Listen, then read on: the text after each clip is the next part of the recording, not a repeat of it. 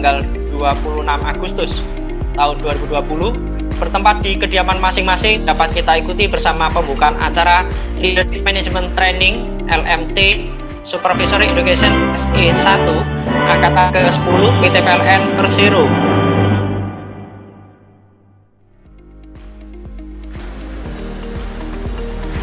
Iya, baik. Ya, sip, baik. Ya, cik. Kalau saya sebutkan ular, jawabnya panjang, tangannya begini nih Pak. Ular panjang.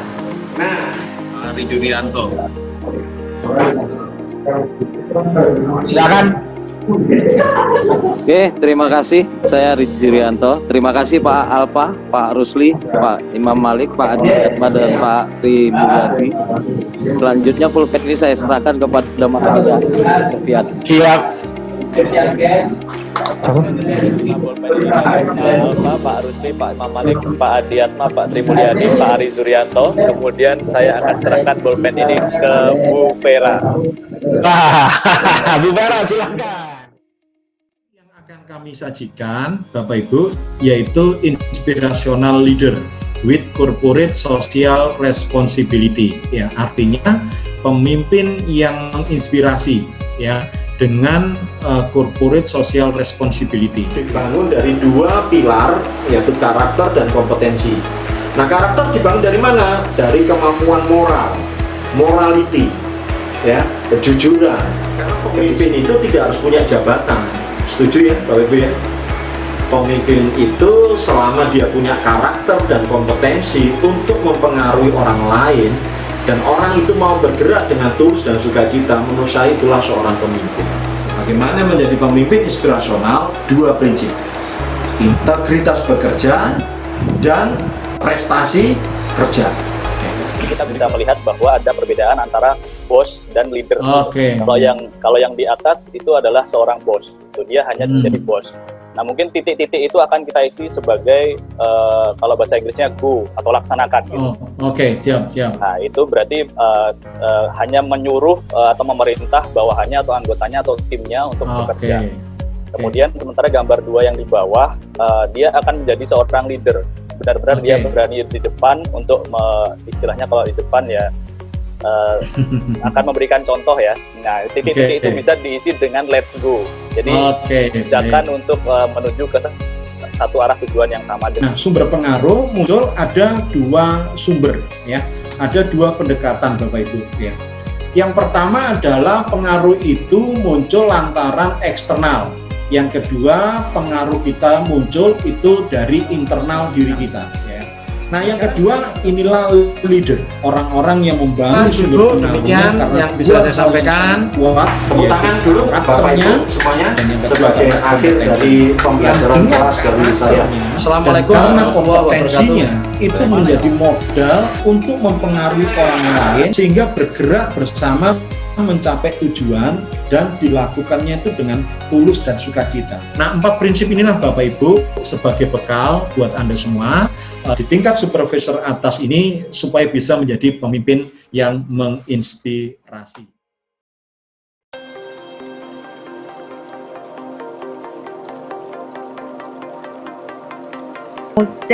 Mau cek semangatnya dari Bapak Ibu semuanya sekalian. Semangat pagi. Pagi. Itu luar biasa. Bagaimana kehadiran? Jiwa. Oke, baik, aplaus Pak untuk kita semua. Silakan Pak Diksi. Kenalkan, nama saya Imam Malik. Bertugas di PT Alselteng. Pada Hari minggu kuturut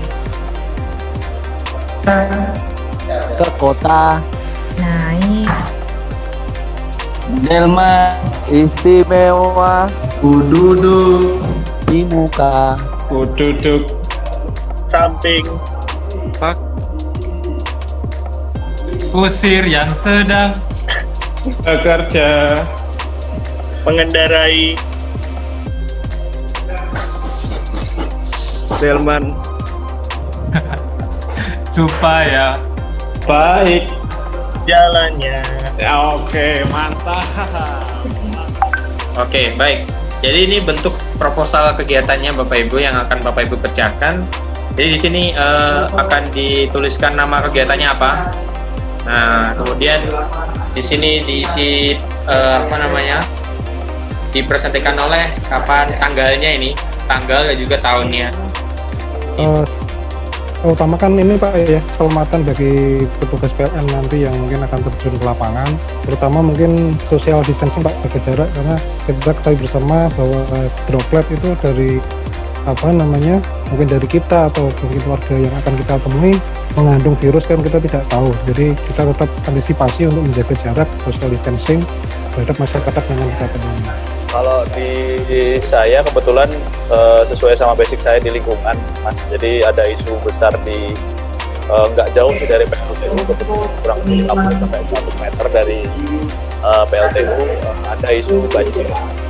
Jadi banjirnya itu cukup lama, memakan waktu mungkin 3 sampai 4 hari.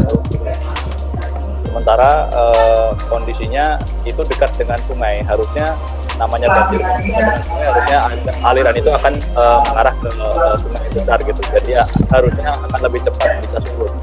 Nah, kemarin kita akan aplikasikan, kemarin sudah survei juga, kita akan aplikasikan untuk bikin sumur resapan biopori di sana ya. Oke Pak, gimana lagi? Iya betul.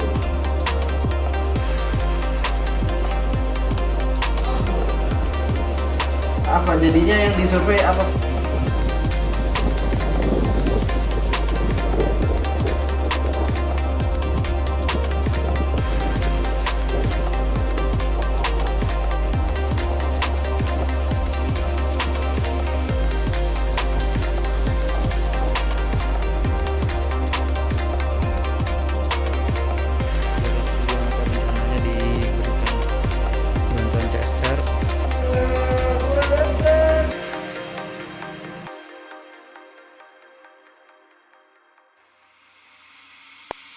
Satu, dua, tiga, empat, lima, enam, tujuh, delapan.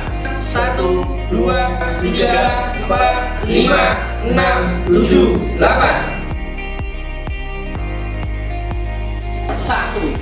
1, 2, 3.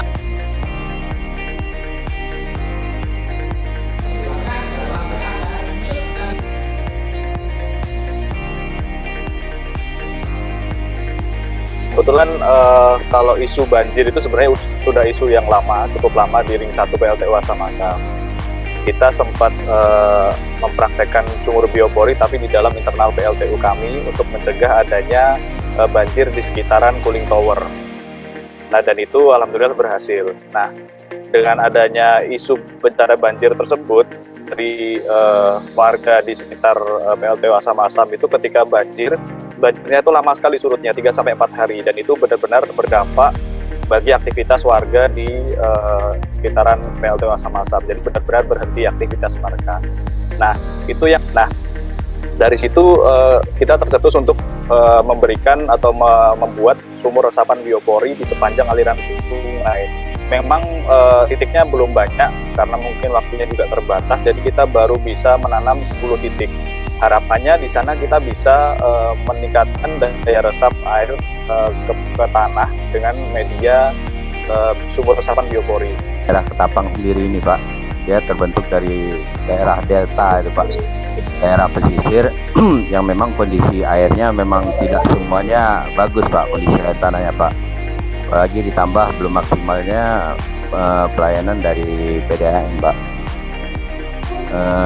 Banyaknya sungai-sungai yang terhubung langsung ke laut, jadi lebih dekat dengan muara Pak.